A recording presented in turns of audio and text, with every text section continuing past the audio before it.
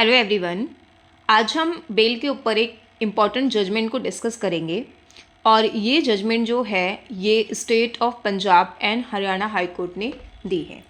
इस जजमेंट में बेल जो है वो मर्डर के केस में ग्रांट होती है। तो अब इसके साथ हम इसके रिलेवेंट प्रोविज़न और जो भी यहाँ पे लॉ पॉइंट और आर्ग्यूमेंट्स यहाँ पे इम्पॉर्टेंट हैं हमारे लिए, हम उसको डिस्कस करेंगे। तो सबसे पहले यहाँ पे आपके लिए एक क्वेश्चन है इस वीडियो को शुरू करने के लिए, क्योंकि इसमें हम डाइंग डिक्लेरेशन को भी देखेंगे। तो डाइंग डिक्लेरेशन से रिलेटेड आपके लिए स्क्रीन पर एक क्वेश्चन है।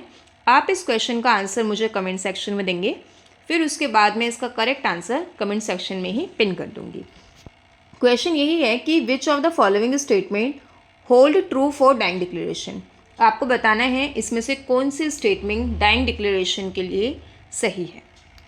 तो उससे पहले अगर आपको मेरे यहाँ पे जो भी मैं वीडियो बनाती हूँ उसकी पीपीटी चाहिए, पीडीएफ चाहिए, तो आप मेरे टेलीग्राम चैनल को ज्वाइन कर सकते हैं। नाम यहाँ विजिबल है, वरना आप क्यूआर कोड को स्कैन कर सकते हैं। चलिए स्टार्ट करते हैं। सबसे पहले इस जजमेंट में Punjab and Haryana high court ने ये कहा कि pre conviction detention should not become punishment without trial, यानी बिना ट्रायल के जो है एक तरह से उसको पनिशमेंट नहीं दी जानी चाहिए। कन्विक्शन जो है, प्री कन्विक्शन डिटेंशन, ट्रायल पूरा होने से पहले ही इतना ज़्यादा अक्यूज को डिटेन कर दिया कि उसका ट्रायल ख़त्म होने के बाद, जजमेंट के बाद की जो पनिशमेंट है वो उसके इक्विवेलेंट हो गई। यहाँ पे जो जस्टिस हैं एन.एस. शेखावत, उन्होंने ये इस केस में जो है वो बेल ग्रांट की है। तो यहाँ पर वो रेगुलर बेल ग्रांट की है। अभी हम बेल के बारे में भी देखेंगे कि रेगुलर बेल, इंटरिम बेल क्या होती है। सबसे पहले तो हम इस केस के थोड़े से फैक्ट जानते हैं ताकि आपको केस समझ आए। ये केस 2019 का है। तो इस केस में यहाँ पे जो अक्यूज्ड पर्सन होते हैं उनके अगेंस्ट केस फाइल होता है 2019 में under section 302 of Indian penal code. तो इसमें यहाँ पे जो डिसीज होती हैं कुलदीप कौर, उनके ये एलिगेशंस होते हैं कि जो अक्यूज्ड पर्सन हैं उन्होंने मुझे घर पर बुलाया और धमकाकर मुझे घर पे बुलाया और उसके बाद जो है मेरे ऊपर पेट्रोल डालकर मुझे यहाँ पे जलाया गया। इसके बाद यहाँ पे क्या होता है, डाइंग डिक्लेरेशन कैसे आता है कि डाइंग डिक्लेरेशन के बेस पर ये एफआईआर फाइल होती है।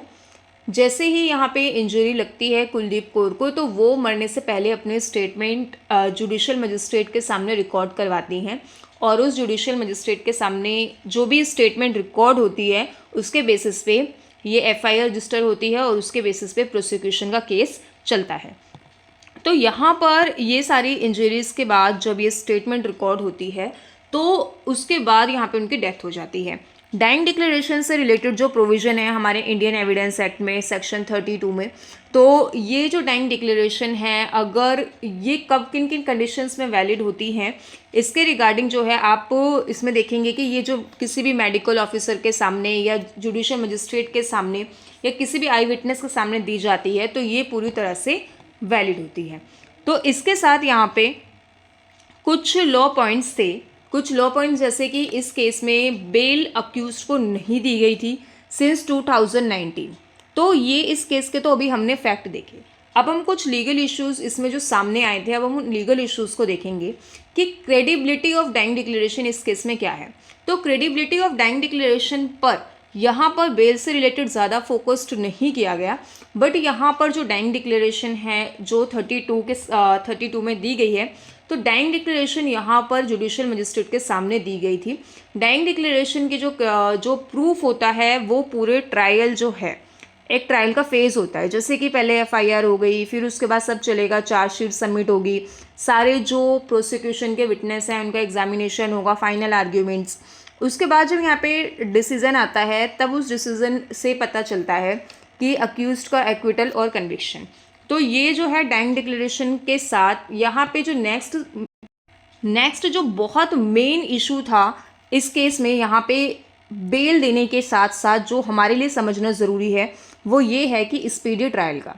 Speedy trial in the sense कि जब इतने साल से 2019 से उसको बेल नहीं मिली, तो यहाँ पर उसके जो हैं वो राइट कब शुरू होते हैं।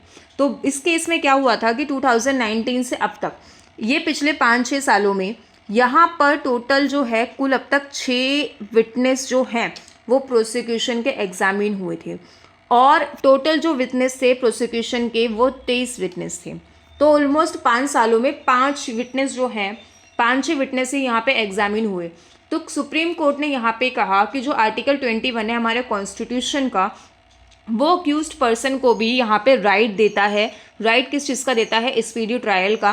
क्योंकि यहाँ पर मान लीजिए अगर अक्यूज्ड जो है 2019 में जो ऑफेंस हुआ तब से वो अरेस्ट है, और कोई यहाँ पर आज मान लीजिए 8-10 सालों बाद डिसीजन आता है कि अक्यूज्ड जो है उसका एक्विटल हो रहा है, वो बेकसूर है, और यहाँ पर वो अपनी ज़िंदगी के 5-6-7-8 साल जो है वो जेल में बिता देता है, तो क्या ये उसके साथ जस्टिस होगा या नहीं होगा?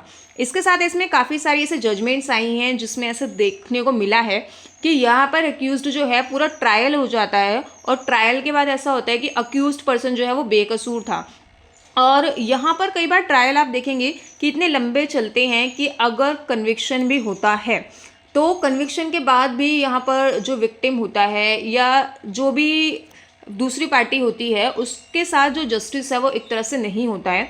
तो अगर ट्रायल लंबा चलना ही अपने आप में कहीं ना कहीं जो है वो यहाँ पे मिसकैरेज ऑफ जस्टिस है, तो स्पीडी ट्रायल होना चाहिए। इसके साथ यहाँ पे अब जो हमारा आर्टिकल 21 है वो फंडामेंटल राइट जो लाइफ और लिबर्टी का देता है, उसमें एक राइट और प्रिजर्व करता है स्पीडी ट्रायल का, जो एक्चुअली जो है यहाँ पे अरेस्ट के साथ साथ यहाँ पे आप देखेंगे कि अरेस्ट के उसमें भी आता है कि अगर किसी पर्सन को जो है वो अरेस्ट किया गया है तो उसमें भी ये राइट राइज होता है कि उसकी जो पूरी इन्वेस्टिगेशन, इंक्वायरी और ट्रायल है ये पूरा हो, ताकि उसके बाद ये पूरा एक जस्टिस मिल सके। तो इसके साथ यहाँ पे ये सारी चीज़ें कोर्ट ने इसमें हेल्ड की, और कोर्ट में कुछ चीज़ें कही, जैसे कि आप देखेंगे 309 जो सीआरपीसी का है वो भी स्पीडी ट्रायल के सपोर्ट में है। इसके साथ एक केस यहाँ पे मैंने इसमें स्टेट किया है कि किस केस में यहाँ पे स्पीडी ट्रायल के बारे में बताया गया है। तो हुसैन आरा खातून versus home secretary AIR 1979 supreme court का ये केस है। इस केस में आर्टिकल 21 को यहाँ पे डील करते हुए ये बताया गया है कि कोई भी प्रोसीजर जो है वो रीजनेबली होना चाहिए और अनरीजनेबली इतना स्ट्रेच नहीं होना चाहिए कि वो इनजस्टिस करे। तो ये इससे रिलेटेड एक इम्पॉर्टेंट केस लॉ है, बहुत इंपॉर्टेंट केस है ये स्पीडी ट्रायल का। तो इसके साथ यहाँ पे जस्टिस NS शेखावत ने कुछ यहाँ पे चीज़ें भी बोली हैं, जैसे कि personal liberty is too precious a value of our constitutional system to be casually negated. The court noted that inculcation before conviction should not be served as punishment, especially when trial are undue delay. इस case में trial delay था, और trial delay के साथ साथ यहाँ पे जो है वो इतने साल तक जेल में रह चुका था, इसके बाद उसका जो है यहाँ पे जेल से बाहर निकलने का राइट बनता है।